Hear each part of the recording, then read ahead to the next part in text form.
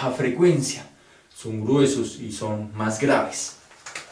Después de comprender las características del primer ruido y del segundo ruido, su origen, la capacidad que tienen estas válvulas para generar unas ondas y estas ondas reproducir un sonido, y además tener claro los momentos dentro del ciclo cardíaco en los cuales se produce el primer y segundo ruido, el desdoblamiento del segundo ruido en condiciones fisiológicas durante la inspiración, y además las particularidades de los sonidos graves y agudos de acuerdo a la válvula que se cierre, pues va a ser mucho más sencillo ubicarlos para hacer una exploración física, para auscultar el paciente y en nuestra imaginación, en nuestra mente, saber qué es lo que está ocurriendo y qué estoy buscando.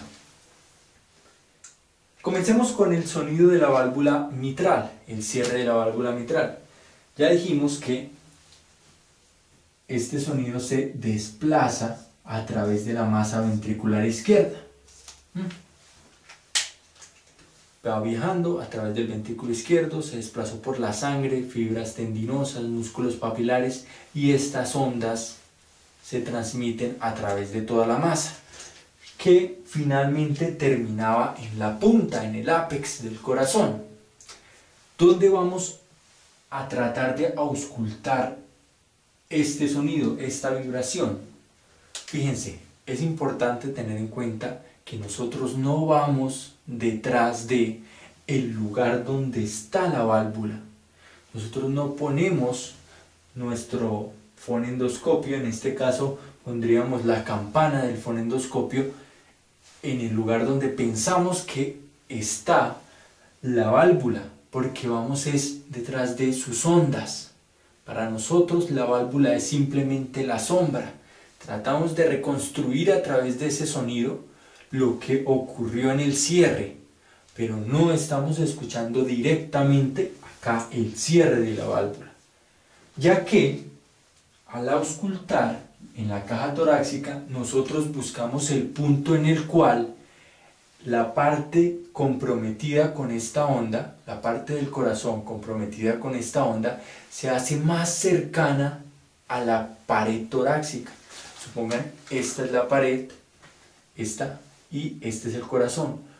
Yo trato de buscar el punto en el cual el corazón se hace más cercano a la caja, y al poner nuestro fonendo aquí afuera, pues casi que tenemos una solución de continuidad que permite la transmisión de las ondas, y debido a la sensibilidad del fonendo pues podemos observarlas, podemos escucharlas. ¿Cuál es ese punto entonces en el cual el corazón izquierdo está más cerquita de la caja y nos permite auscultar esa onda que viajó a través del mismo, producida por el cierre de la válvula mitral? Se dice que se ha determinado ya hace cientos de años que a nivel del quinto espacio intercostal izquierdo, con línea media clavicular, podemos auscultar de manera más eficaz las ondas generadas por el cierre de la válvula. Como les digo, aquí debajo del quinto espacio intercostal izquierdo, con línea medio clavicular, no está la válvula mitral, pero está la punta del corazón muy cerquita a la caja, a la reja torácica, y ahí podemos alcanzar a percibir estas ondas que viajaron desde la válvula.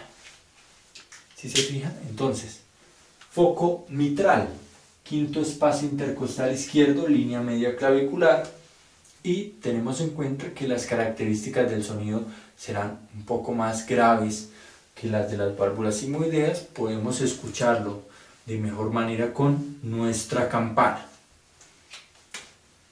Ahora, la válvula tricúspide, como les mencioné al inicio de la clase, la disposición del corazón, más o menos así, hace que, o evita que las ondas producidas por el cierre de la válvula tricúspide vayan al ápex y las podamos percibir acá mismo. Si fuese hacia el ápex, las dos, pues de hecho el ápex no nos serviría. Tengan en cuenta, si estas dos ondas viajaran hacia el mismo lugar, se encontraran acá, el ápex de hecho ya no nos serviría para poder auscultar alguno de los dos focos, porque los dos sonidos se mezclarían. Entonces ni siquiera sería práctico el hecho de que la onda de la válvula tricúspide viajara hacia la punta del corazón. Lo que hace el cierre de la válvula tricúspide es un viaje a través de la pared del ventrículo derecho, y se ha determinado, aunque hay variación de acuerdo al autor, se ha determinado que el foco tricuspidio es a nivel del cuarto espacio intercostal izquierdo con línea paraexternal. Cuarto espacio intercostal izquierdo con línea paraexternal. Ahora, de acuerdo al libro, como les digo, de acuerdo al autor que revisen, pueden encontrar incluso esto: foco tricúspide a nivel de la apófisis sifoides del esternón, foco tricuspidio a nivel del cuarto espacio intercostal derecho con línea paraexternal, foco tricúspide a nivel del quinto espacio intercostal izquierdo con línea paraexternal.